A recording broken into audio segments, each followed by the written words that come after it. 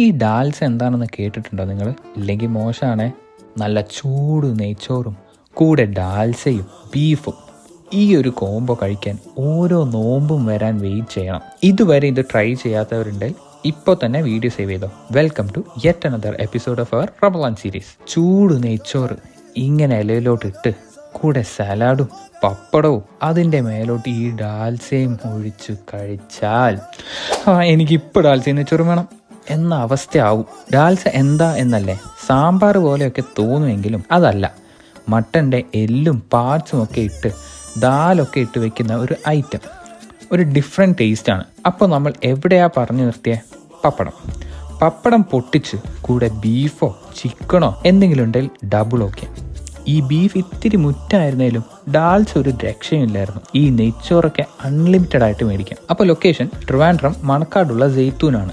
രാത്രി 12 മണി തൊട്ട് വെളുപ്പിന് 4 മണി വരെ ഇതൊക്കെ കിട്ടും.